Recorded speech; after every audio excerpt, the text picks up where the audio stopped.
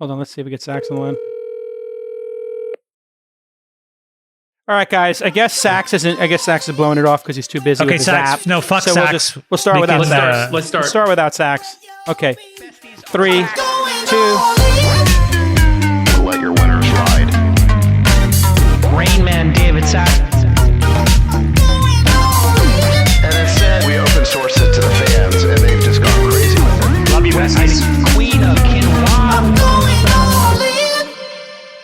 Hey, everybody. Welcome to the All In Podcast. With us today, the Queen of Quinoa on fire in California, which is also happens to be on fire, sadly, and the dictator, Chamath Palihapitiya.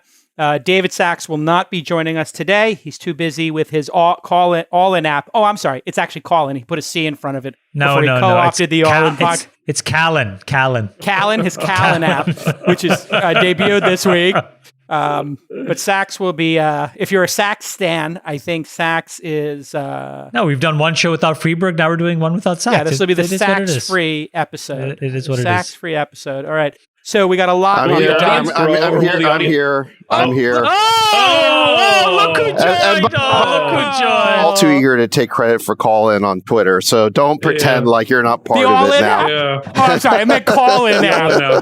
The All-In app. I hope Callin is worth $1 trillion.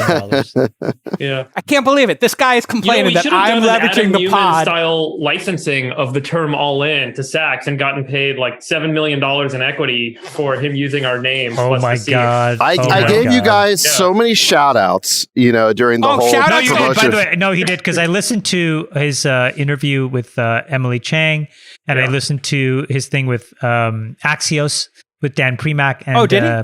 He's David had a very good He was magnanimous. presentation, and then he was really magnanimous and kind. So thanks, Saxy Poo. Oh, and really? I gave so much credit to JCal. I said that if it wasn't for JCal, I never would have done this whole podcasting thing because it was too hard. I never would have figured it out. And then you gave me a shout out because of organizing it so that we could all be friends on. I like that. I appreciate that. Very nice. I actually haven't listened to it, but give us for those who don't know, David Sax has created a podcasting / casual audio app. It's called Callin. It's available for download for iOS. Just coming out of private beta. My understanding is you're at somewhere around 10,000 folks. Yeah, I mean, there's a lot of signups yesterday. I haven't got all the latest numbers yet, but yeah, no, it's taking off. All the reviews of it have been sort of rave reviews. People are really excited about it. Fantastic. But yeah, look, the concept is we're combining social audio with podcasting. We call it social podcasting. You've seen these apps where people create a room and they have these many-to-many conversations. They tend to be ephemeral. No one really records or saves them, and the quality of the conversation it's a little bit chaotic.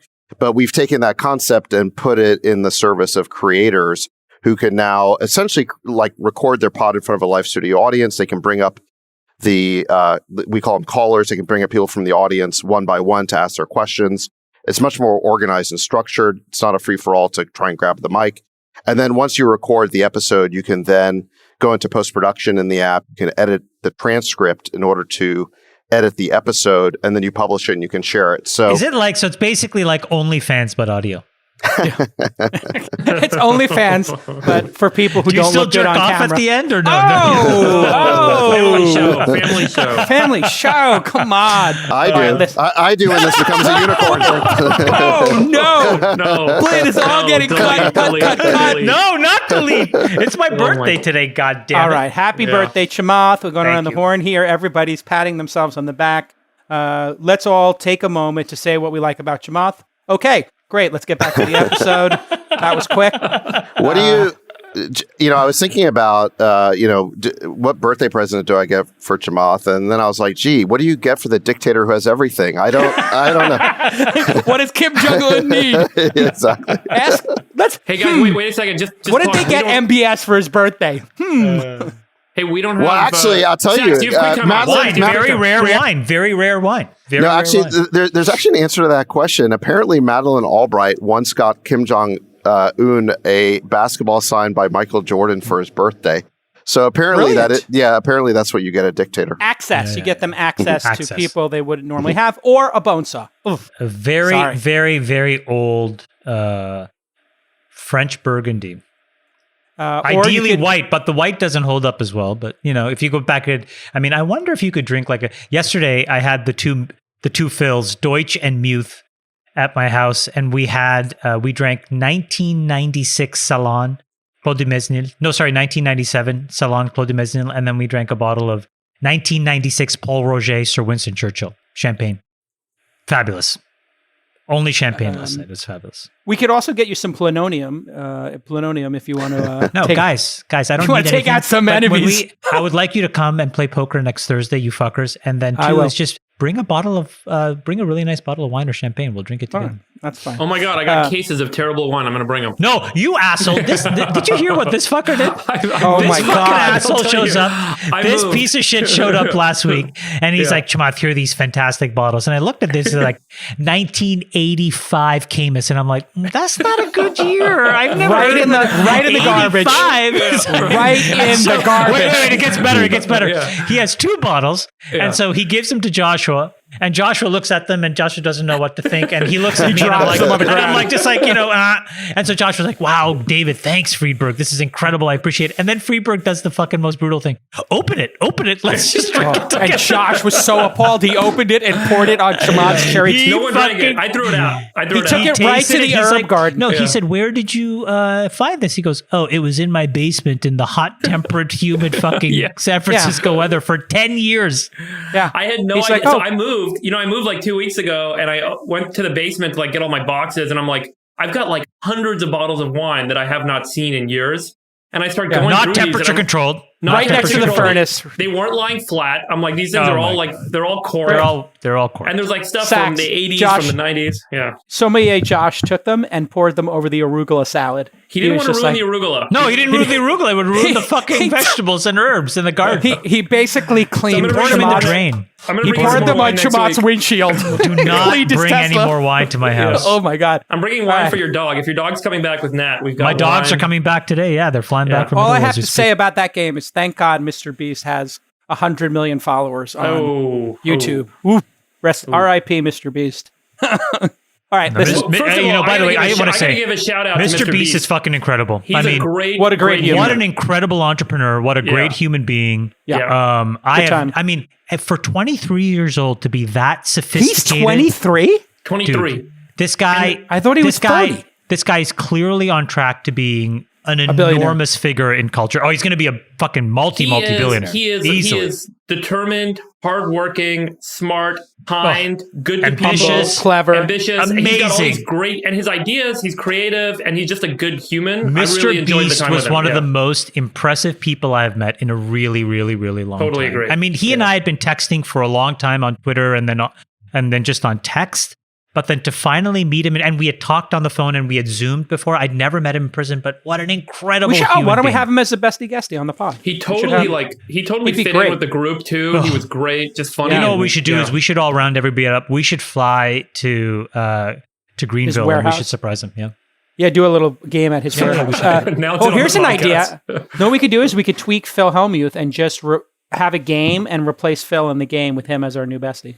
Done. Oh my God, that's great. Let's replace the mute. Done. with Mr. Replace the Beast. mute with Mr. Replace Beast. the mute with Mr. Beast. Kind of like a better bestie in many ways. Okay, listen. By the way, are we skipping next week to record at the symposium on Monday, or are we going to do next week and then also do Monday? No, let's double down. Okay. Double down. Yeah, let's double down. All right, listen. By the we have way, a lot good- of shit to good- cover. Good notification. We're doing our first all together recording of the All In Pod a week At- from Monday at the TPB symposium. No reason The to production board. the your production board. No reason firm. to publicize it, but I'm excited because It's a closed event. What is the purpose Closed of the event? I just get together a bunch of scientists, investors, entrepreneurs, and CEOs, and it's a day of science talks mostly, and then some business talks on the next day. But we're having a really fun event the night before with poker. Our friends are all coming to play poker, and we're going to record. I'm coming for the science day. I'm there for the Yeah, full you're science. gonna I'm love it. staying for the science day too. I want to learn. But So the poker night's going to have poker, and we're going to record the All In Pod live or together in person for the first first which is time, gonna be yeah, cool. that should be really cool. And for those of you wondering, we're going to do our own all-in summit, which will be probably like 100 or 200 iconoclastic people, and we're going to probably do that in the first quarter or second quarter of next year, post We pandemic. got to choose a date. My people are going crazy because you won't give them a date. Well, I still you guys think we should do it in. Here we go. In Rome. Okay, so Chamath, the dictator wants Italy, Rome. Sachs wants Miami. I'm telling you guys, Hotel Miami Lucy is may the only be the sickest hotel in the world. And I'll tell you why. The people, you have never seen these people ever. Okay. These people are amazing. Amazing. Tremendous people in Rome. They are. Okay. Great But it food. attracts the hottest people. I mean, it's fucking All right, we're not crazy. doing it based on aesthetics. We're doing it on ideas, Chamath. it's not just aesthetics. Oh, then wherever you want. People aren't going to go to Rome. Miami, the good thing about Miami is we know it'll be open no matter what, right? We can't count. Yeah, we can on- host our own super spreader event. Fantastic. No, I mean, we're host the Code conference, Kara Swisher's conference, is at the end of the month, and Sky and Brooke and I are hosting our poker again. And I was like, is there any way this conference is going to occur? And if it does occur, what happens if obviously everybody's going to be vaxxed, everybody's going to be masked. I don't know if they're going to do testing on site. Wait. You think everyone should be masked at the conference? They're going to be unless it's Well, outside. they're going to be because it's why? indoors and there's a breakout event amongst the vaccinated, which can happen. Between Delta and Zeta 2, you're going to be forced. What to do you mask. think, Sachs? Well, I just think, how do you effectively have a meeting with people when everyone's wearing a mask? I just think that's there's We're so doing much. the TPB symposium. Really? Wait, we have to wear a mask? Indoors, not during the dinner and stuff. Look, I mean, I think for poker, but we are testing everyone on entry all 3 days. Okay, So, that makes yeah. sense to me, right? We do a rapid test at the door, but then once you've done the test and someone's negative, why would you need a mask once you go in? Well, I don't know about And by the doing way, tests at Code every day. The stupidest thing is they do stuff like make you wear the mask, but then take it off for dinner. Like Yeah. what? You can't get COVID when your mouth is full? I mean, how does that work? It makes no sense. That's the whole. It makes no sense. Put your mask on. Well, at let's the do hostess risk stand, assessment here. and then take it off when you sit down 3 feet away. It's security theater. Well, let's do risk assessment. None of us would go to an indoor event if it wasn't fully vaxxed, correct? Would anybody attend an indoor event of this nature, hundreds of people, if they didn't have the vax requirement? I would. Yes, I don't. You care. would. What I would care about is I wouldn't attend it if people weren't all being tested on entrance. Okay, well, I'm trying to do just on vaxing first. The vax doesn't seem to eliminate transmission. So right for now. you to And go so- to an event, you would have to be vaxxed and tested that day, morning of rapid test. Yeah, look, I mean, I think in general, everyone's kind of standard. It's like make sure vax because it reduces the likelihood of transmission, but still, Correct. like it's not stopping transmission clearly. What I care more about is point of entry testing, which is what we're doing at our symposium. I just want everyone to get tested upon entry. Chamath, what would you do? Let's talk about something important. Okay. Let's Yeah. move on. All right, is listen, stupid. I think the most Yeah. interesting thing going on in our industry this week is Elizabeth Holmes' trial has begun. Jury selection started this week, and it's going to cover 12 counts of fraud and conspiracy to commit wire fraud over false claims she made about the blood test results from Theranos. They have now selected a jury of 12 Northern California residents consisting of 7 men and 5 women. It took 2 days to question around 100 potential jurors about their answers to a 28-page questionnaire that included news outlets they read, what news outlets they read, if they knew any witnesses, and if they had any negative medical experiences. And it was complicated to get these because it's impossible to not know about it. And now it seems the interesting thing is Elizabeth Holmes, who worked on this company for close to 2 decades and was involved in this fraud from start to finish, is now taking the position that she was under the control of her business partner, Sunny Balwani, and that he had been abusing her and controlling her. What are your thoughts on... And so he's being tried separately, by the way. They're going to be tried in sequential order. So whenever this trial ends, then he gets to get tried. What are your thoughts on if she will be convicted and her defense strategy? I think this is like less about the specific evidence against her as much as it's and it's much more right now about the whole Silicon Valley fake it before you make it approach to entrepreneurship. And we all hear this from all the entrepreneurial kind of advisors and, stories of experience and stories of success, that in order to kind of achieve success as an entrepreneur, you really have to oversell and promise and create an incredible narrative about where your business is headed. And in many cases, that gets ahead of you. Now, the public, the general public that doesn't operate within Silicon Valley with as much breadth as we do, I think they hear the stories of the Adam Newmans and WeWork and the collapse and Elizabeth Holmes and this Trevor Milton guy and Nicola. But there's thousands of these other sorts of smaller stories where a VC rolls his eyes, where the first board meeting after raising money is like, wait a second, we're actually going to be half our forecast when we raise money. Or the numbers are going to be way below, or the product doesn't actually work as we presented it to you. Sorry, I don't think I've ever funded a company where that hasn't been the case. Exactly. And so I think that's the big question, right, Chamath, is like, does this trial kind of indict the way Silicon Valley operates and the storytelling models and the narrative models? There are examples of these people getting a little too far ahead of their skis, and maybe you can argue they could perceive something to be non-fraudulent while other people can, kind of perceive it to be fraudulent. But don't we see this kind of broadly in Silicon Valley? And doesn't this kind of bring up a question on like, are all startups now, and is the industry going to have a shift as a result of this trial in terms of behavior as investors and as entrepreneurs, and how you tell stories, how you diligence, et cetera, et cetera? This is only going to get meaningfully worse. I don't know if Elizabeth Holmes committed fraud or not. I think that, these folks will be able to figure that out in detail. But here's something that I do know pretty precisely, which is the amount of money that's trying to get into Silicon Valley is going exponentially up. Yeah. And as that happens, you guys now see it every day, where there are firms whose entire business now is just to literally write a check every day. They're closing deals every single day. They're doing zero diligence. And so what that's going to create is an incentive for founders, particularly those whose backs are against the wall, or who's doing something that's highly speculative and hard to diligence, to stretch the truth to get the capital. And it's impossible for guys like us to actually step in and do diligence on a lot of these companies, even if you actually have time. But then if the competitive dynamic is such that you don't even have the time because somebody else beside you is going to rip in a check by just meeting somebody, and, quote unquote, having done the work on their own, which is impossible because they're not, you don't have access to somebody's, financial books. This problem is only going to get worse. And so I think we as an industry just have to realize that there's going to be an incentive to lie. There's going to be an incentive to stretch the truth.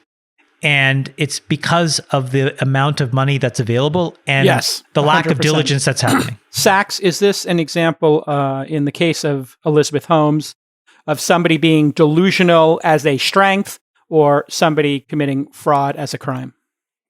It's probably both. Now, look, I think you guys are giving a little bit too much credence to the media narrative that Theranos is a quote-unquote Silicon Valley failure.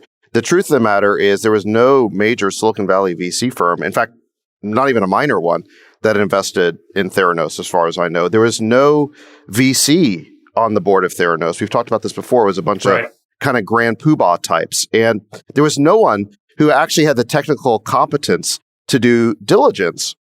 And so Elizabeth Holmes isn't so much an example of Silicon Valley as somebody who was selling Silicon Valley. She was selling the promise of Silicon Valley. She was selling the idea that this was going to be a decacorn or a centicorn to people who are too unwitting to know. And I see, Tim Draper, people are really hanging their hat on the fact that Tim Draper wrote a seed investment to Elizabeth Holmes. That really is very different. When you write a seed investment, apparently Elizabeth Holmes was like a neighbor of his. She clearly, their daughters were friends, is my understanding. Yeah, and she clearly was an impressive person. She came across impressively in person. She obviously cast a pretty big reality distortion field to a lot of, smart people. So, she's the type of person who you would write potentially a C check to just based on, a talent bet. The fact that she later chose to engage in fraud, I don't think that's like Tim Draper's fault. And it doesn't make this like a Silicon Valley fraud. Again, show us the VC firm that was hoodwinked by this. But you are seeing, David, this trend of the firms coming in and not doing diligence, not having audit rights, not having information rights, not doing proper diligence, and basically relying on the previous investors. Right. How troubling is that? And what are you doing to protect Craft's LPs?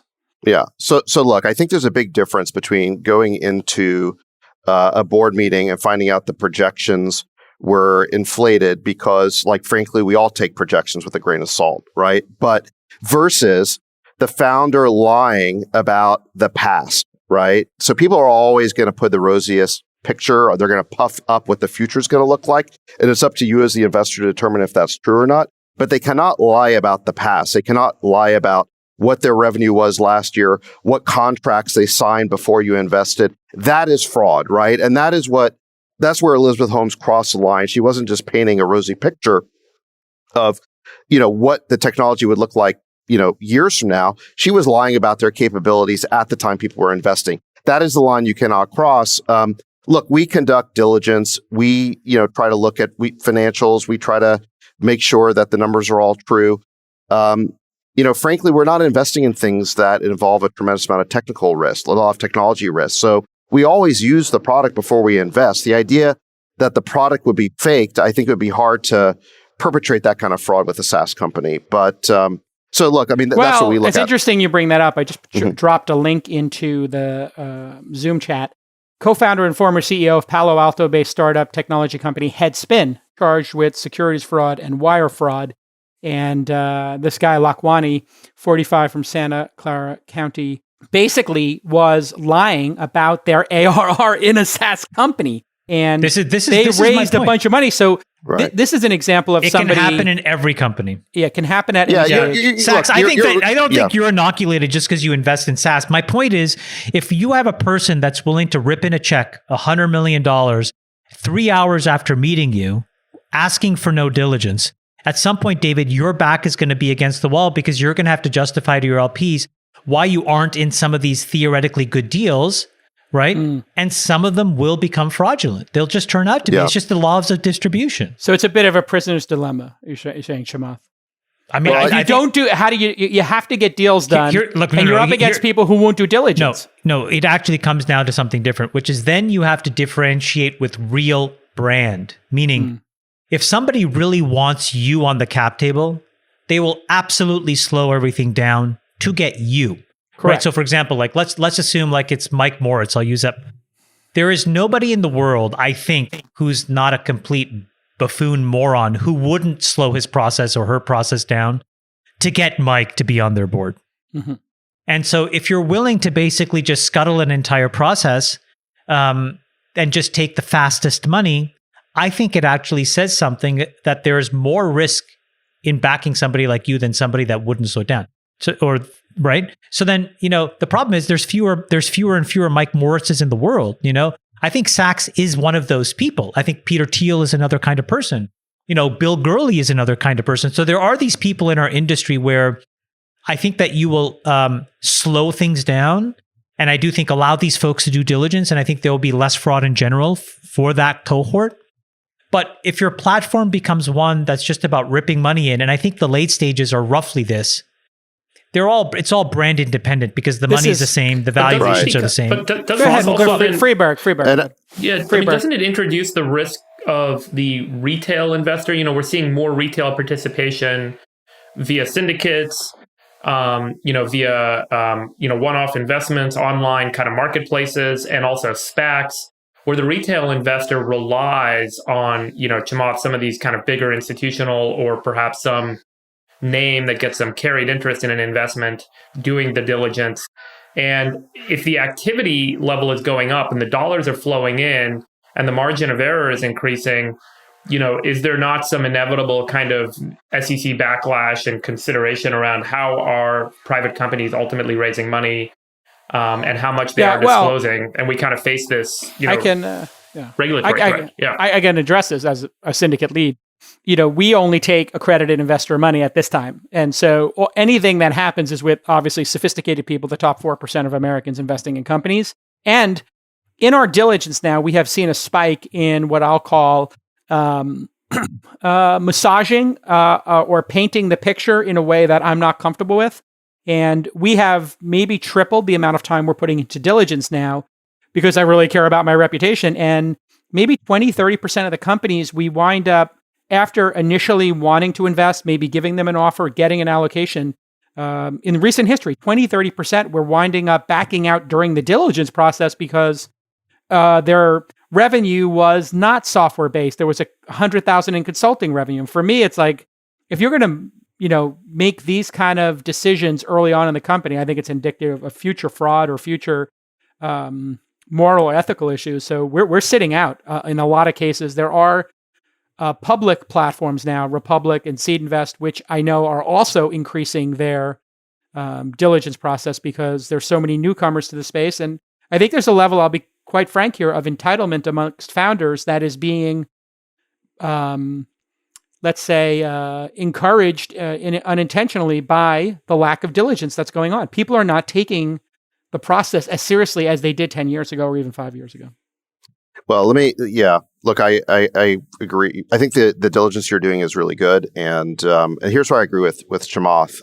So we have seen this trend in our industry of the private equity money coming in greater volumes, in greater, earlier and earlier and faster, right? And it started with, you have these, frankly, public company investors were looking at the value at IPO relative to the last private round. And they saw, wow, there's 2-3x markup here for 1 year. Those are phenomenal returns. Let's arb that by getting into the last private round. Then they look at the second to last private round. They're like, well, wait, there's a big return there. So they keep moving earlier and earlier to arb out that return.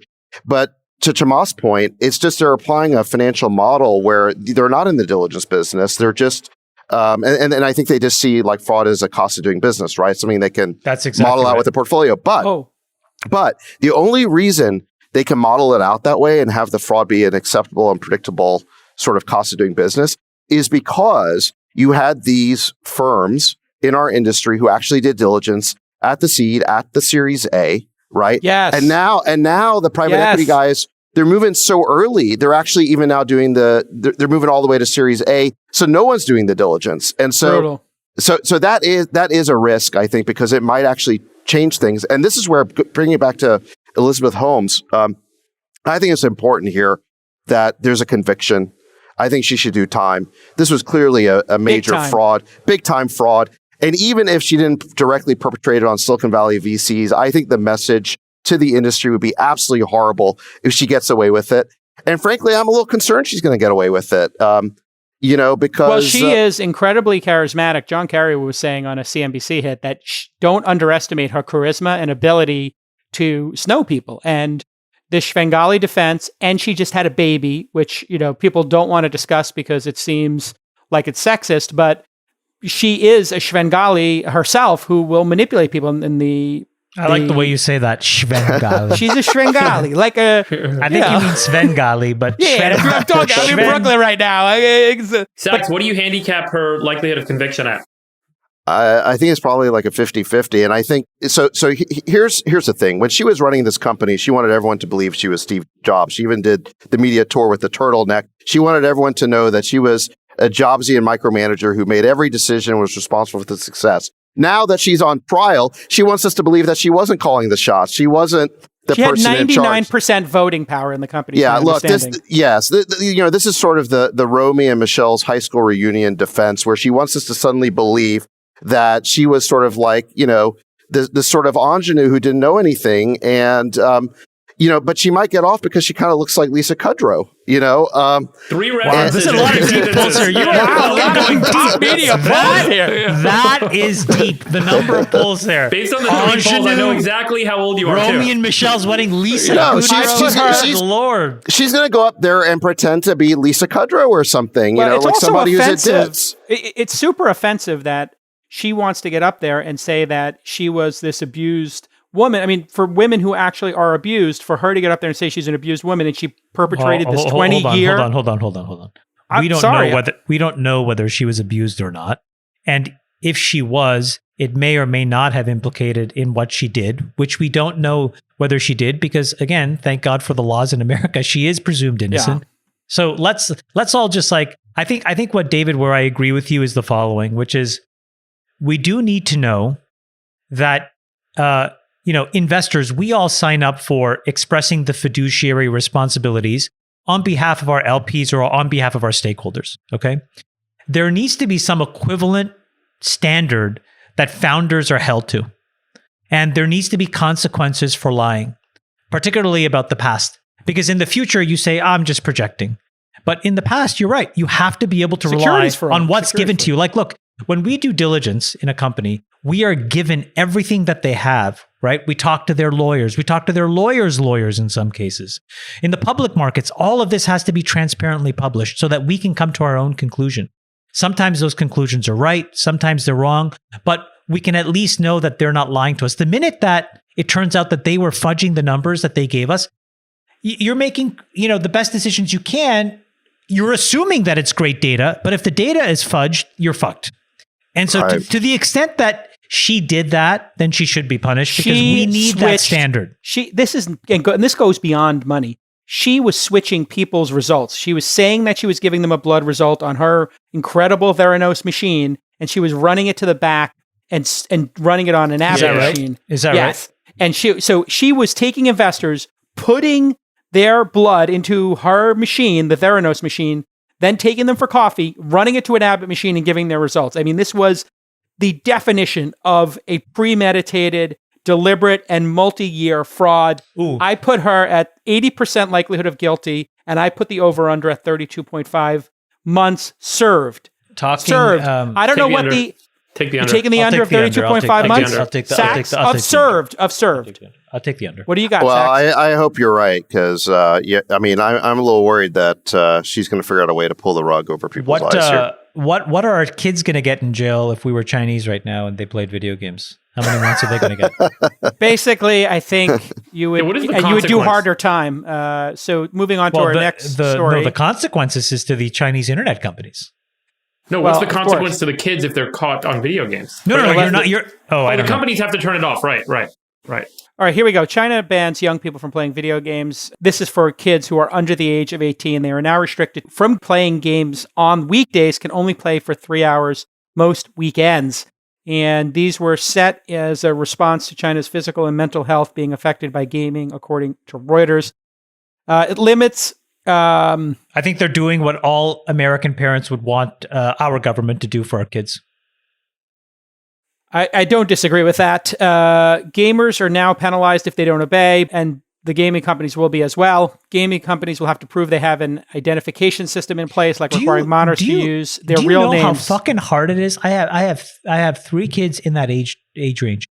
I am sweating who they're texting, who they're talking to, what game they're playing, the new game they want to download. Fuck that. This is the only thing I've ever said that would make me want to move to China. This one rule This is the most incredible thing I've ever heard. And they're so smart. By the way, what's so beautiful is they send fentanyl and TikTok to us so that we get addicted to that shit. Totally. You know what I'm saying? And they're like, no, you guys are going to learn STEM so that you can, take over the world. It's beautiful. It's brilliant. Yeah, I would say like everything about China is a measured decision, right? The Politburo, the decision makers are not sitting there randomly shooting from the hip based on intuition and saying, hey, I think we should stop video games. They seem bad for kids. There is clearly evidence and data and statistical models that are driving this decision, and their objective function is improve the health, the longevity, and the economic prosperity of our society as a whole. I'm sorry, did you get this statement from China? What are you doing? Continue, comrade. You guys Comrade Friedberg, continue. But I'm pointing out these guys generally don't make decisions based on someone's kind of like flippant intuition.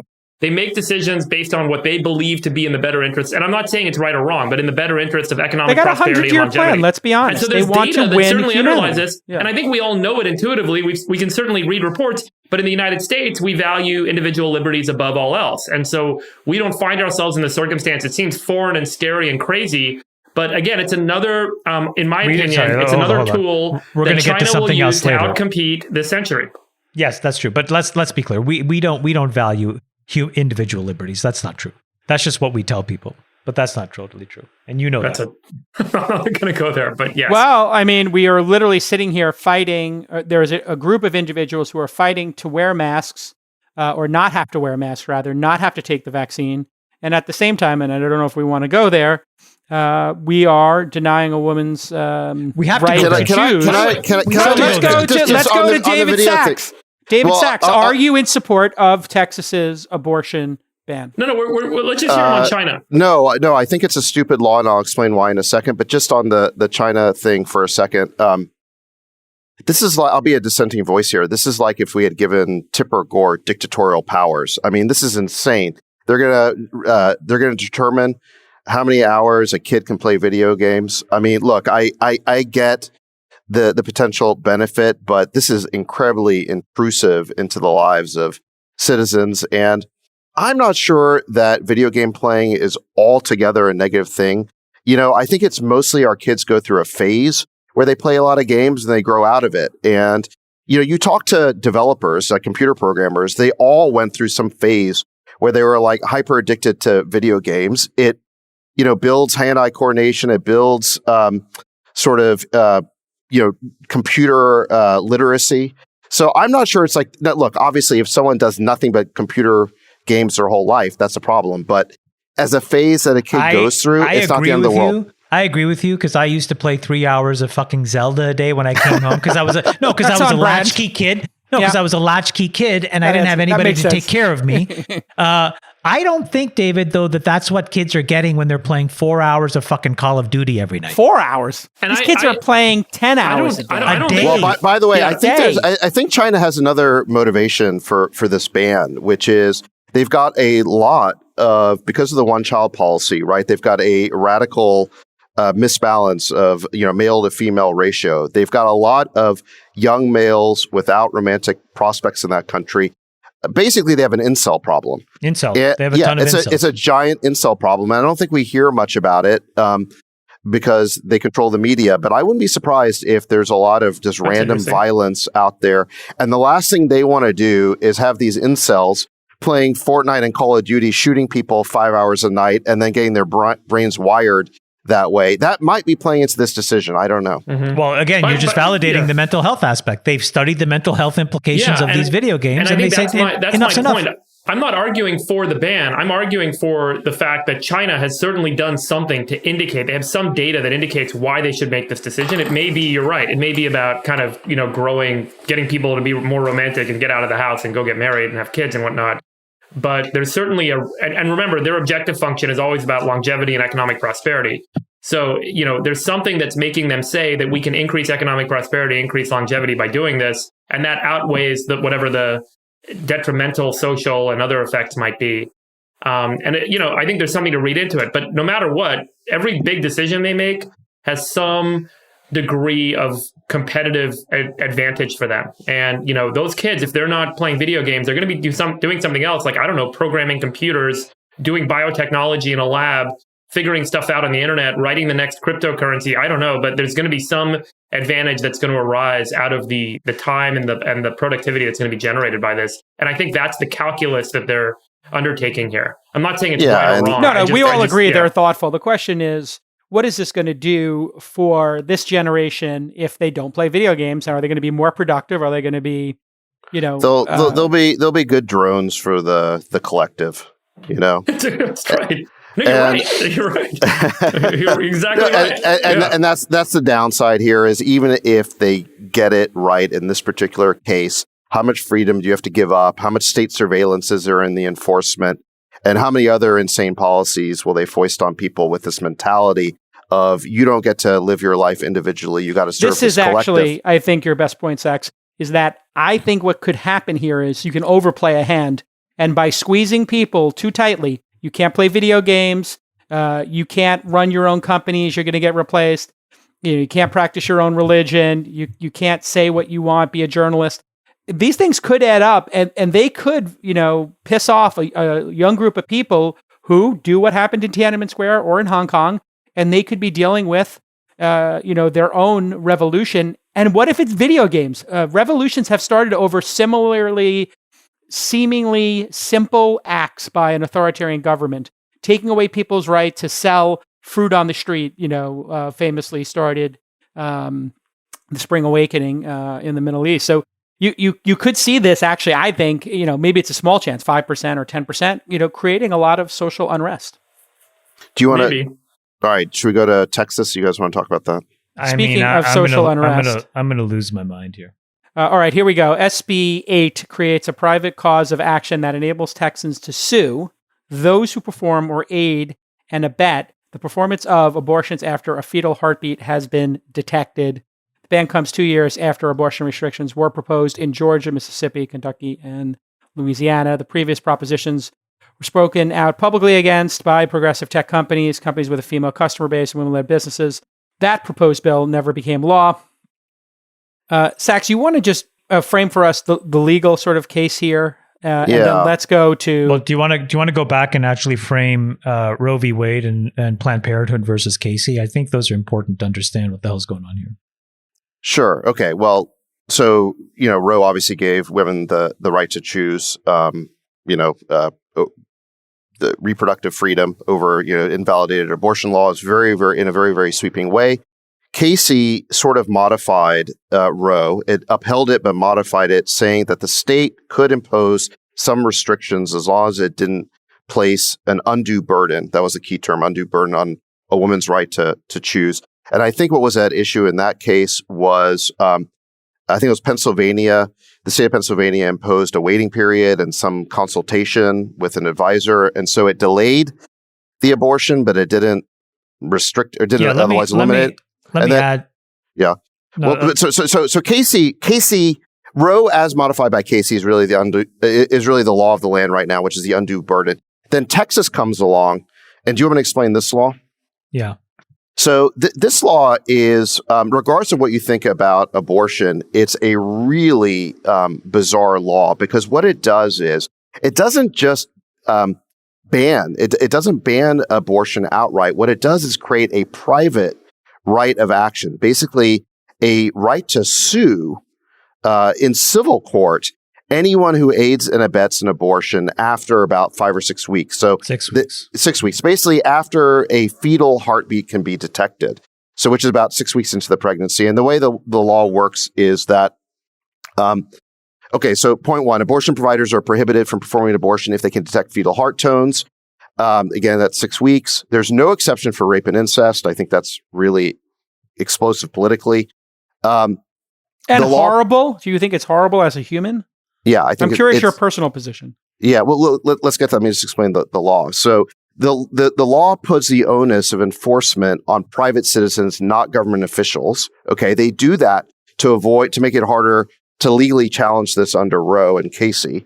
Okay, so what the government has done here, what Texas has done is it gives private citizens the ability to sue abortion providers or anyone who aids and abets someone to get an abortion. So it could be an Uber driver. It could be a friend who simply drives someone to the abortion clinic. It could be a person who provides financial assistance. It could be a secretary who works at the abortion clinic. They can all be sued now under aiding and abetting. And here's really the person who had the abortion cannot be sued, but anyone who aided and abetted can be. That's how they're getting around the right to choose. And here's the craziest part is the citizens who choose to sue don't need to show any connection to the person they're suing.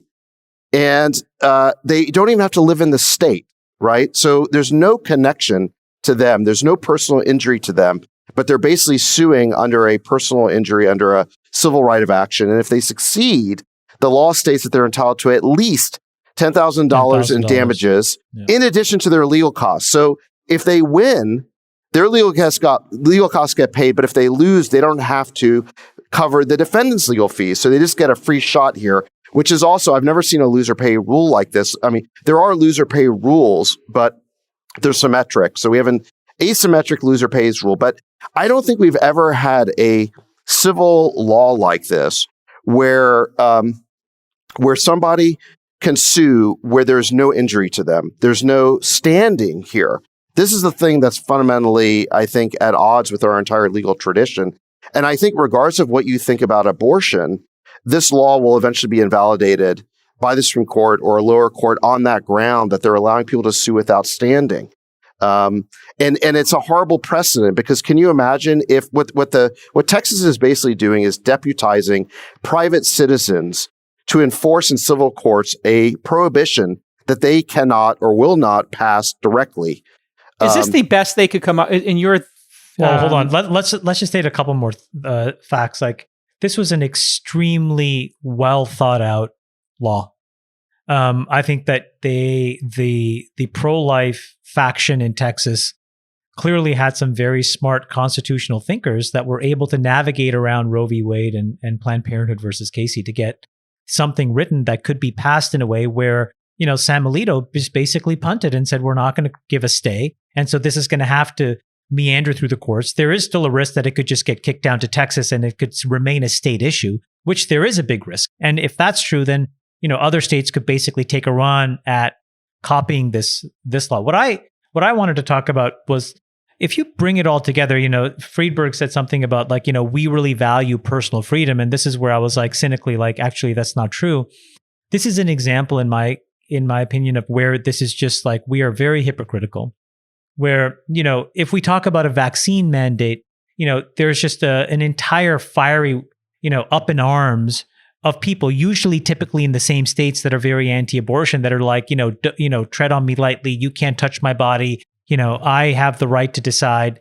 But when it comes to this topic, they abandon all of that and they go to the extreme opposite side, which is the government mandates.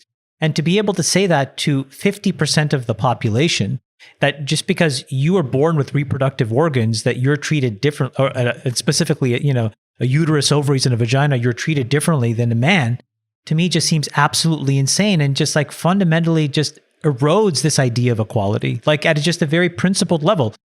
And the even worse thing is that then, the corporations that actually used to be on the front lines of helping to drive social justice so far have been completely absent, right? You have to remember in 2019, when we had these very repressive abortion laws, I think it was in Mississippi or Alabama, you had all of these companies come out and say, hey, no, not here, not under our watch.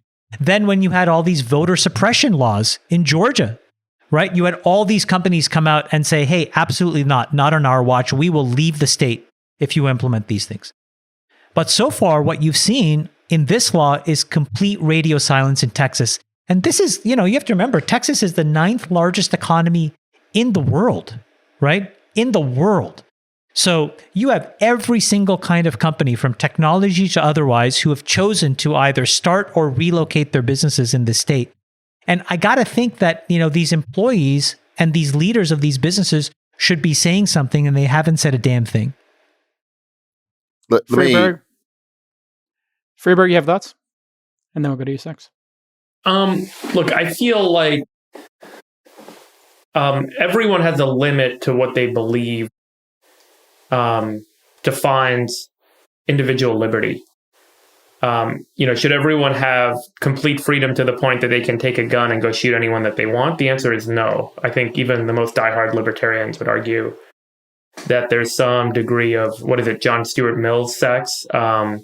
You should have the ability to do whatever you want within your sphere of influence, as long as it doesn't intersect with the sphere of influence of others.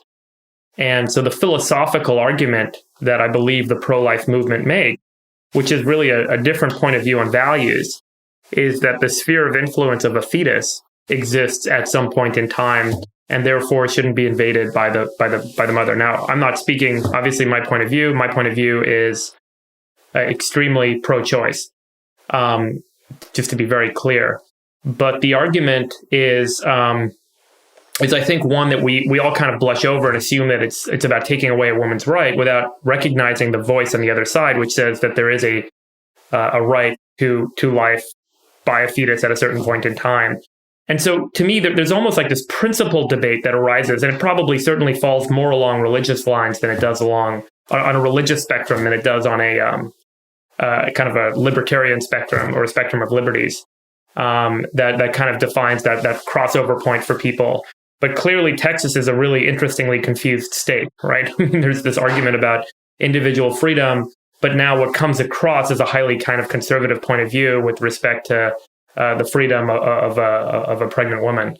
And so, I don't know if there really is an easy answer. It certainly seems to me nowadays that the pro-choice movement is the majority, the pro-life movement is the minority. And maybe I'm off on that, Zach. You probably know better.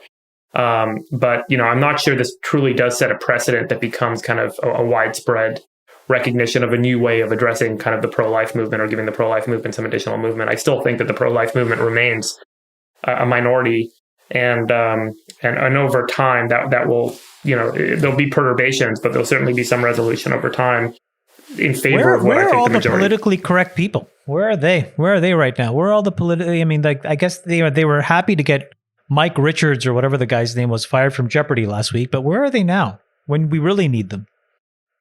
But Chamath, are you really saying there's not enough outrage about this? I mean, I'm seeing a ton of outrage on social media about this. Yeah, I see everything. I see nothing. I see a lot of useless virtue signaling. I don't see anything that's actually Well, I think what we're talking about here is the leadership of companies and leaders in big companies. Where are they? My prediction is going to be a 1 million-person march within 45 days. Okay, well, let me go back to Chamath's point about whether he called this bill smart in the sense that it was really thought through. I agree that it's a deliberate attempt to circumvent Roe v. Wade and make it harder to sustain a legal challenge against it. But I don't think this is smart. I think it's stupid philosophically, politically, and legally even for the pro-life movement. So philosophically, I think the problem here is they're creating unlimited standing to sue across state boundaries by somebody who hasn't even experienced harm. I mean, this is so far from what conservative jurists and legal scholars have always professed to believe. I mean, I remember 20 years ago, tort reform and ending frivolous lawsuits was the absolute bedrock plank on of the Republican Party. So they're just throwing that out the window here with unknown consequences. Hold on a second. For example, why wouldn't this be used to circumvent people's Second Amendment rights? Why wouldn't you just create a private right of action to sue anyone who could, aided and abetted a gun crime? So I think this is going to boomerang on conservatives. Second, here's what okay. But let me get to the political stupidity of it, and then Henry Belcaster wanted this as one piece, so we didn't have to do so much editing. Chamath. No, look, finish. No, look. The Wall Street Journal has a great editorial today. Okay, this is the Wall Street Journal editorial page is a great piece. This is from. They basically say, look, they said sometimes we wonder if Texas Attorney General Ken Paxton is a progressive plant. That's the guy behind this. His ill-conceived legal attack against Obamacare backfired Republicans in last year's election and lost at the Supreme Court. Now he is leading with his chin on abortion. How about thinking first? So they're pretty clear this is going to get overturned. And frankly, then politically, this is just handed. This is, Democrats are already having a field day with this. So Biden said, this law is so extreme, it does not even allow for exceptions in the case of rape and incest. I mean, look, he's right about that.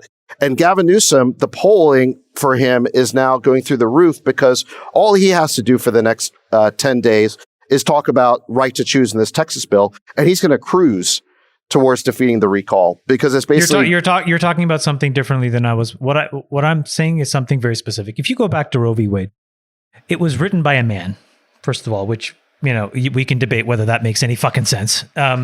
But Harry Blackman went to the Mayo Clinic and lived there for like 6 or 8 weeks reading medical textbooks and came up with this trimester framework. And again, I'm just going to go out on a limb and say, I don't have a fucking clue what's going on in a woman's body. And I don't think Harry Blackman did, even though he was much smarter than I and was on the Supreme Court. Okay. And then Casey tried to clean this up by going to this fetal viability thing. So we have this law that was really kind of ill-conceived, but was kind of going in the right direction. But it was really a very first form of judicial activism. We tried to clean it up in the early 90s, but it's always been an issue where eventually what's really been happening is we've been pushing this to a states' right issue. And I think that the cleverness of this bill, and it's dangerous, but it was very well thought out. This was not a random thing where two haphazard dipshits got together and wrote this bill, David. I think that this was methodically planned out for years. And they are dipshits, though. It's totally going to backfire on them. It's not going to. David, for example, we now have an activist Supreme Court who may actually not opine on this, on the validity of the issue, but say this is a states' right issue. If this stays in Texas and doesn't get outside of Texas, you will have this specific thing hold and stand. And I think that that's a very bad precedent to have set. I think that these folks planned this out. And I don't think they thought that it was an easy way to overturn it. And I think that's why when everybody was waiting with bated breath for Alito to basically stay this, he didn't. Listen, I think there's a lot of hysteria and hyperbole on social media right now saying that Roe v. Wade's been overturned. The Supreme Court has overturned Roe v. Wade. I'm not saying that. Yeah, those I are get morons who don't know anything. Yes, I'm not saying that. but they're saying that because the Supreme Court ruled on very narrow procedural grounds that it wasn't ready to hear about the Texas law because a harm hasn't been committed yet. But they haven't said they won't look at it in the future. I believe they will. I believe that this law will be found unconstitutional. Not necessarily. Do you think these companies? Not necessarily because of abortion, but just because I know. I don't think because this is they're an abortion changing issue. the legal definition of standing in a way that flies against everything we know about how the court system works. I think ultimately this is too clever by half by the state attorney general. I think it was. I think he's a tool. All right. Do we want to move on and talk about Apple allowing people to link to their own websites? And the Apple thing is really big news because it kind of goes to show you that you had a pretty progressive legislative framework in South Korea. I don't think it's particularly a huge market for Apple because most of the app activity I think is Android more than it is Apple. But they basically just seeded the market, and by deciding to basically conform to this law, then they started with these reader apps and allowing payments, allowing just so you to link people outside. It's the beginning of the beginning for the app stores to be deconstructed and opened.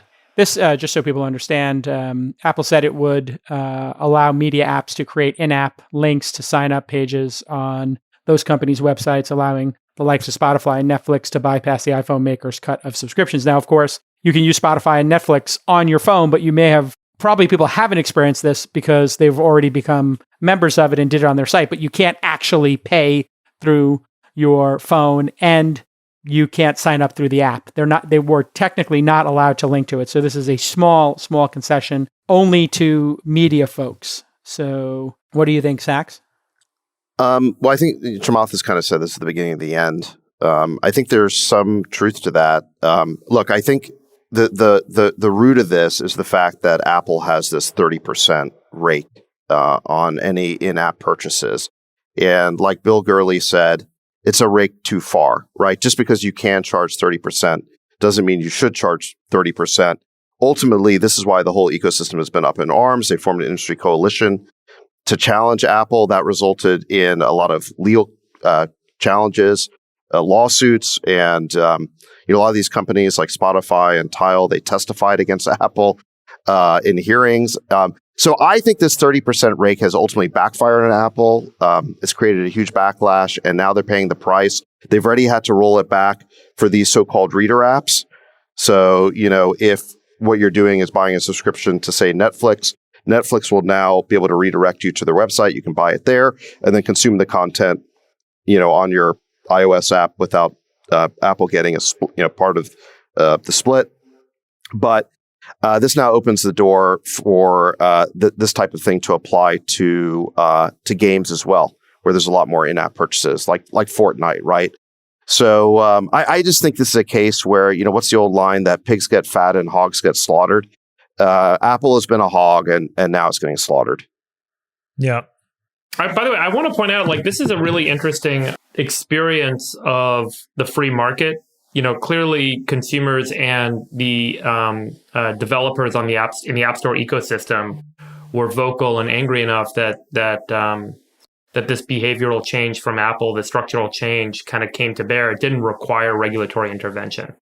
I just want to point out how important and relevant that is. That having the market is functional.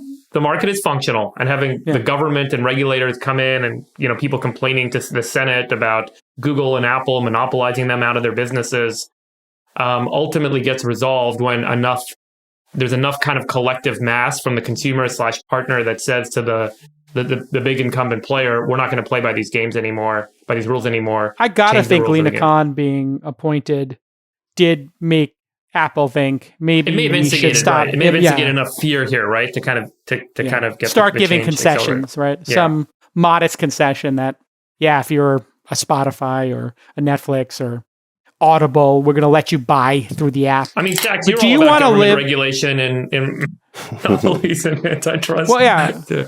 Don't you think this is a nice win for the free market? Yeah, I do. Well, look, I don't think monopolies are, I don't think letting monopolies do whatever they want is free market. Okay. I mean, monopolies end competition. They will squash innovation. They will, they will basically get in the way of permissionless innovation. So I'm in favor of reining in these monopolies. And the two big issues, I think, with Apple and Google, well, Apple especially, is number one, sideloading of apps. So the idea that they have total control over what apps get loaded onto your iOS device. People want the ability to create alternative app stores. That already exists for Android, right? So I think that is coming for Apple. Apple claims it's a security issue, but it is. I mean, what they should do is if you click on sideload apps, it should just give you a warning. You are no longer protected by us. You're subjecting yourself to phishing scams, your information, and buyer beware. And then people can make their own decision. I've always thought that would be the best decision for it. What I like about this is I think this gives Apple the ability to now just compete against everybody in the App Store without having to have this, we're partners with you. They are not partners with people in the App Store. They watch the App Store, and when something great comes and emerges, they will copy it. They just do it slower than Facebook. So Apple Music studied Spotify, and they created their own Apple product. Apple TV Plus now with Ted Lasso is competing against Netflix. They watch Netflix.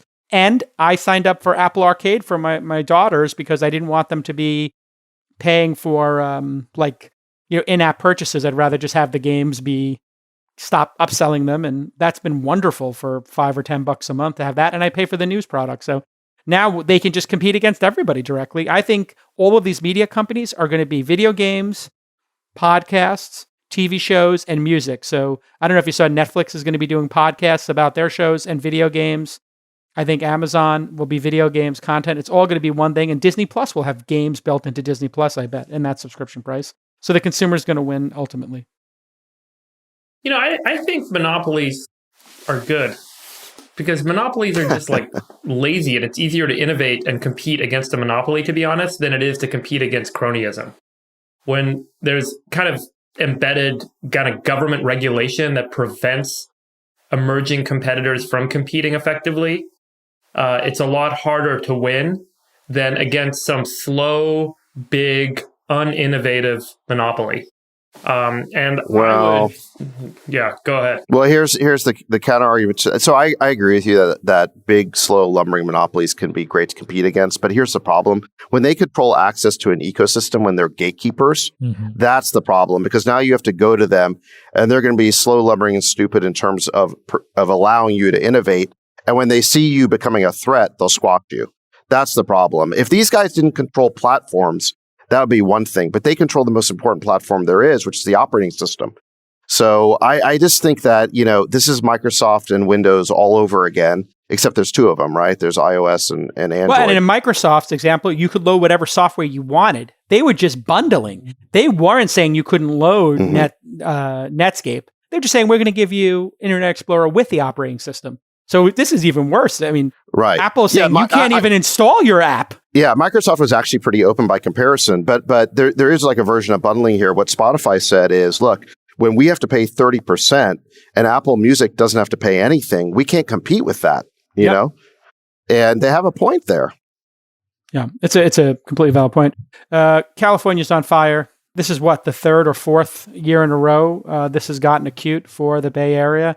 People are now making plans, as Freeberg mentioned on the last pod, I think, that or 2 pods ago, there was like 2 or 3 weeks of the year, maybe even a month, where you just can't really be outside in Northern California. You can't be outside. Have you guys seen the cell? Yeah. Three of our friends have been evacuated because, they moved up there in the middle of the pandemic. They had to come down. They said it was raining ash. One of our friends' homes is literally threatened. It's just like, and then the fire season is moving up earlier and earlier in the year.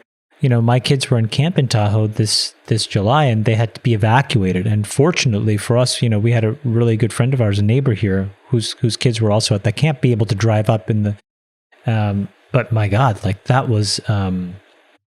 There's about what's going on? There's about $8 trillion of real estate value in California.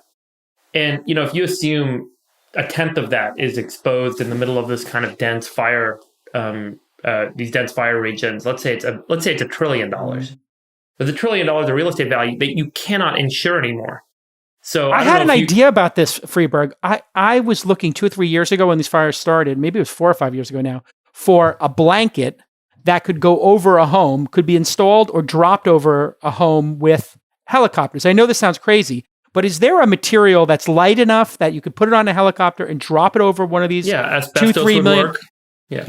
Well, why doesn't this startup exist? I mean, this would be amazing. Imagine if these homes had on the roof some sort of a system that when fire or heat got there, it just deployed the blanket and protected the home. Like, I don't know if you guys know this, but right now in Marin County in California, it's nearly impossible to get fire insurance. And this is becoming kind of a predominant factor in California, particularly in all the areas with lots of forest land. There's 100 million acres of forest land in California. So if $1 trillion of real estate is actually exposed to fires and you can't get fire insurance, ask yourselves the question, what's going to happen when hundreds of billions of dollars of real estate literally goes up in smoke or gets sold off? Who ultimately bears the cost? Where does that cost have its economic flow? And that's just the tip of the iceberg of the effects that may arise as these things start to take hold. You know, we had this huge upswing in real estate in Tahoe as everyone moved out of California and went to Tahoe during the pandemic. Now we're seeing Tahoe real estate sell off like crazy. This happened in wine country in Sonoma and Napa County last year after the big fires they had there. And so there are counties where you start to have these massive fires causing this massive real estate sell-off, and or the real estate burns and it's uninsured. And guess what happens? FEMA steps in, right? The federal government steps in. And ultimately, the federal government's going to have these like Katrina events 4 or 5 times a year that we're going to be underwriting losses for people's real estate that's valued in a way that doesn't account for the effects of climate change. You know, I started a massive shift in economic value that someone's going to have to pay for over the next decade. And this is just the beginning of it all, is my strong belief. I tweeted this out about maybe 6 or 7 months ago, but with this fabulous entrepreneur named David Soloff, I co-founded an insurance company called OTT Risk. And, you know, we've been trying to build models and price this kind of insurance, climate insurance, you know, social media kinds of like disruptions, civil unrest insurance, things that are very atypical, sorry. And to your point, Freeberg, it is really, really hard to try to forecast what's going on in a way where you can actually insure these things with a margin of safety. And so just as the person who would be the provider of this kind of insurance, what I'm learning is, man, and we're negotiating multi-$100 million policies with these big corporates. And, you know, for example, like, you know, they want pandemic insurance. If there's the next Delta variant or whatever, and I have to shut down my facility and here's my economic loss, I want to, you know, you to insure that. And okay, it's impossible. And so I can only imagine what it's like then on the ground floor, somebody to just buy some insurance that says if my house burns down, yeah, it's you very can't hard. Get it. So and this kind of parametric insurance doesn't exist, which means that if you live in any of these areas, like I think what it means is that climate change is going to ravage suburbs, and it's going to ravage these sort of like far-flung communities because nobody's going to want to step in there and insure the parametric risk that allows people to live there safely. You know what I just realized? This was my last company, right? Climate Corp. We started out in 2006. We offered parametric weather insurance online. And so it was all about our mission was to manage and adapt to climate change. And so you could buy weather insurance online and you underwrite the risk. And the way you underwrite risk like this and auto insurance and any kind of insurance is you look at past data. You build a statistical model that's represented by the past data and the frequency of certain things happening. And that's how you price the insurance. The problem now is the past data has absolutely no bearing on what's going on. Yeah. And so you have to basically create more fundamental deterministic models of fires, which is something no one's really good at. No one has any ability to do because we've never seen this kind of environment before. We've never seen hot year after hot year, dry year after dry year. And so there's no historical data to draw from to build the model. So all the insurers throw their hands in the air and they say, we can't take on that risk. We don't know how to price it.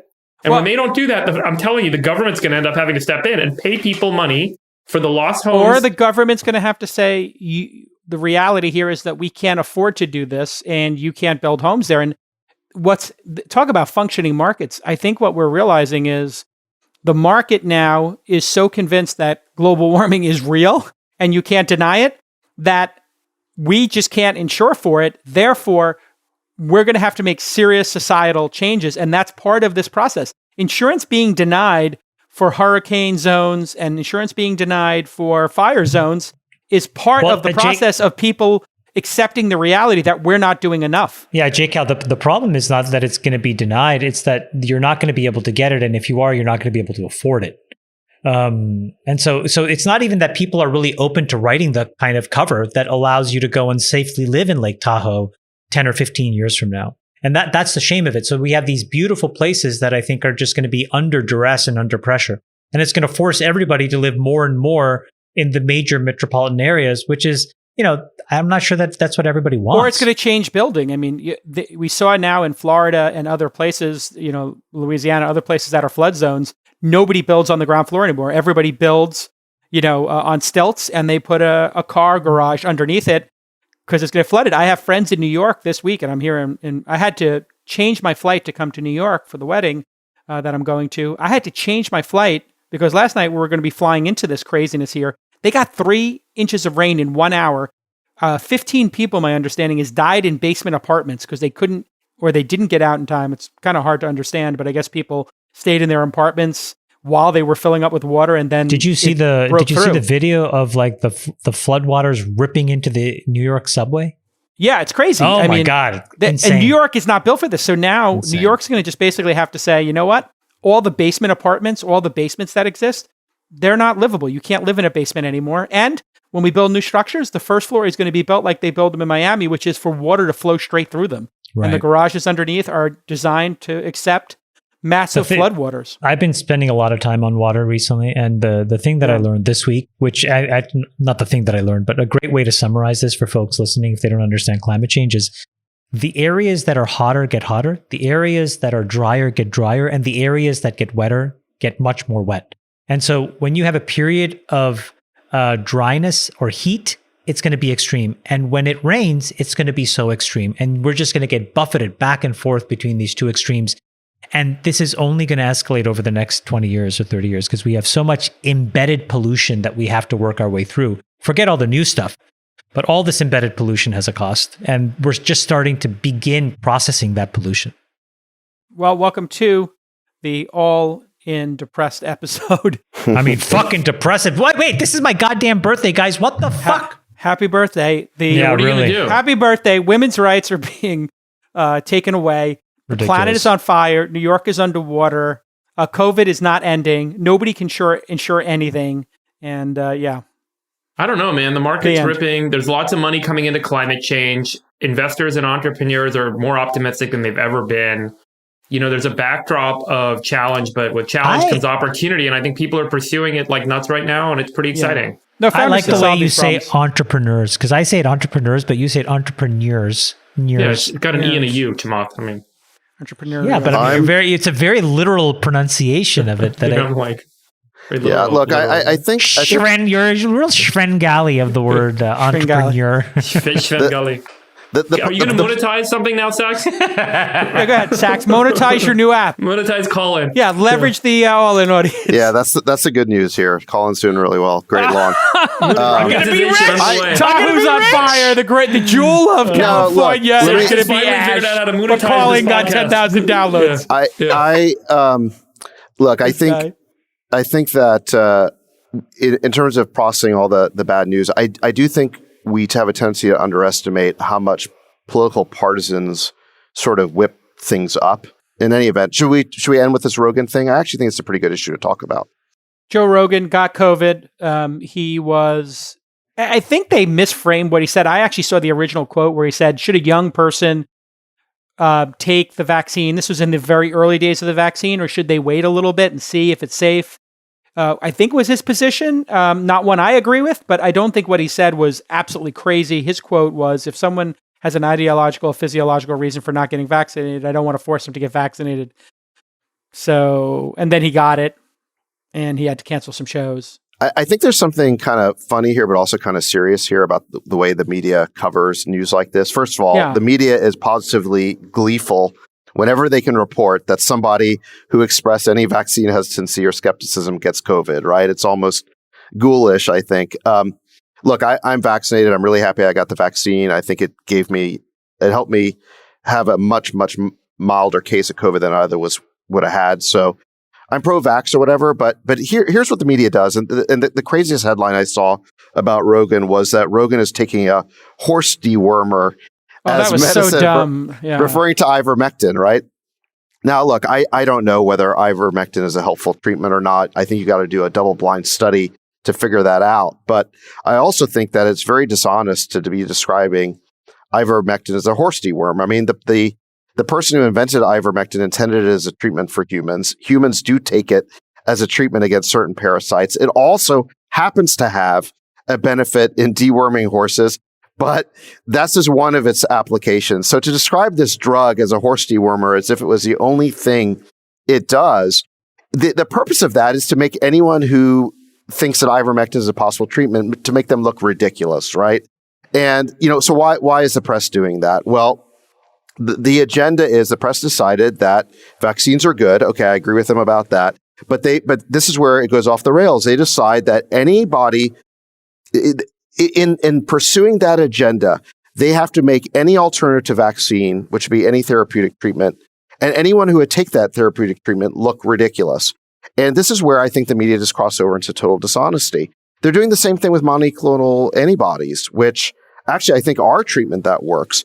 But anyone who is expressing support for this all goes back to the polarization with Trump, right?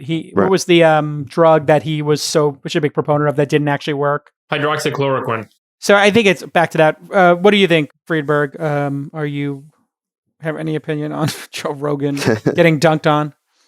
Another anecdotal story of somebody. It's interesting to observe how much we've kind of, as with a lot of things, when I say we, I mean like society, each of us, reading social media, the internet, media itself, kind of orient things along a spectrum, right and wrong, black and white, left and right. I feel like vaccination and vaccines have similarly become you're either vaccinated and you're good, or you're not vaccinated or you're bad, or the opposite is true. And it's pretty clear, there's tons of evidence that vaccination, while it may reduce kind of the severity of COVID, there seems to be much less protective effect with respect to transmission, particularly with this Delta variant now, and that's just a fact. You can say, "Oh my gosh, I'm vaccinated, therefore I'm safe." It's like, no, you're also exposed to Delta as someone who's unvaccinated in terms of catching it and transmitting it to other people. There may be less severity and there may be less transmission. One interesting fact, by the way, is that there's much less time when you're vaccinated and you get infected with Delta when you're actually infectious. Yeah, incredibly reduced amount of time from like 10 days to like 1 to 2 days. But still, that is a very infectious kind of variant, and so it's spreading. But it's almost like we're blaming people that aren't vaccinated for Delta spreading. Delta's spreading because it's a really effective virus at spreading. It's like end of story. And this orientation around like you're the reason that Delta's spreading is completely false, and everyone tries to then fit the story into that narrative. The Joe Rogan story. Don't you think there's like such a strong agenda? The guy got infected. It sucks. Like it has nothing to do with. But was anything. he vaccinated or not? He was vaccinated. I don't know. Who cares? Like the point is, it's not about he didn't do anything wrong in the sense, and he's not to blame. This Delta variant is infecting people. Sachs got infected with Delta. He's vaccinated. No, I mean, I think the point people are trying to make here, Friedberg, is that he's been kind of people believe that with his platform he should be more pro-vax because vaccines, there's no downside. But J. Cal, look, don't you agree there's such a media agenda here? Like once they decide what the agenda is going to be, in this case, it's pro-vax. And I'm not saying that's wrong, okay? Right. I'm just saying that the way the media works is first they decide what the agenda is going to be. Then they distort everything to fit what their agenda is. So, for example, ivermectin's called a horse dewormer. And the logic here is completely tortured. They just don't want there to be any therapeutic alternative to vaccination. They don't want to give credit. Yeah, they don't want to give credit. They don't want to give credit to potentially, and the same thing's true. Now, look, I'm not saying ivermectin is an effective treatment. I have no idea, but there's no need to distort and demonize it before we even know what the truth is. By the way, I wouldn't use the term agenda. I know that that's a commonly used term, that the media has an agenda. I would argue that the media has a narrative. And I would secondly argue that that narrative isn't necessarily defined by the media or by some set of people in control. but that narrative is in effect defined by the consumers that consume the media.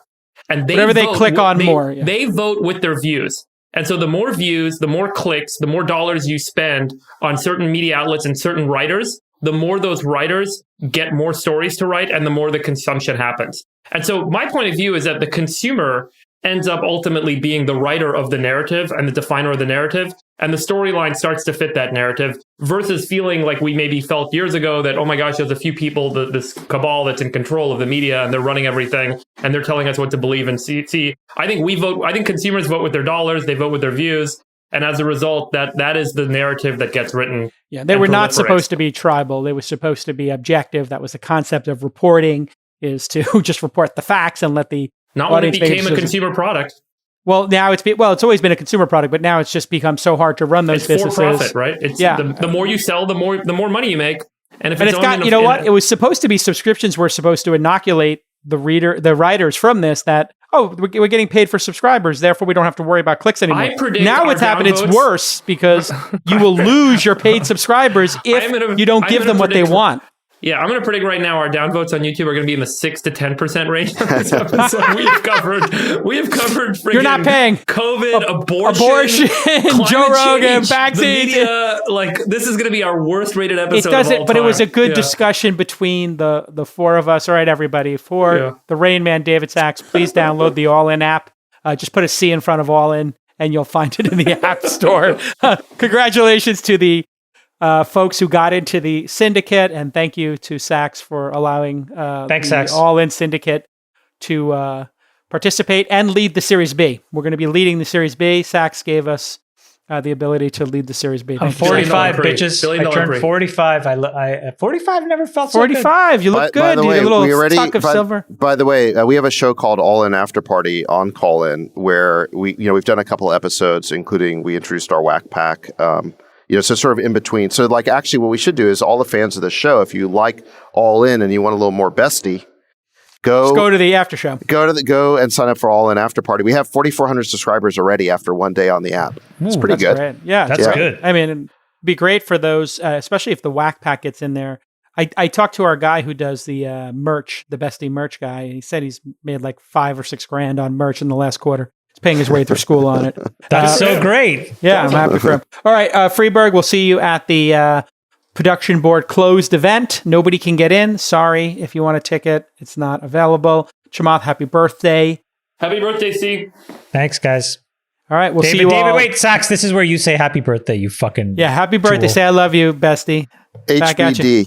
HBD / HBD. HBD. Love you. Bye. Has Sachs ever used an emoji? I don't think Sachs has ever used an emoji. I mean, I have 10 years of text messages with this fuck. He's never used a single emoji once. No, that's because he has no emotion. We'll put the emoji in there in the David subroutines. He's written at one point smiley emoticon. He wrote those words, smiley emoticon. All right, and congratulations to producer Nick, who is getting married. Yeah, tonight. Great fucking decision. Great. See you on the other side, you fucking dumbass. Congratulations, Nick. We love you. And Rachel. And Rachel. Congratulations, guys. Rachel, you're going to get half of the Callin stock that Nick has. So. Yeah, congratulations. You got half of his advisor shares to call in. All right, we'll see you all next time. Bye-bye. We'll let your winners ride. Rain Man David Sachs. And instead, we open source it to the fans, and they've just gone crazy with it. Love you, Besties. The Queen of Quinoa.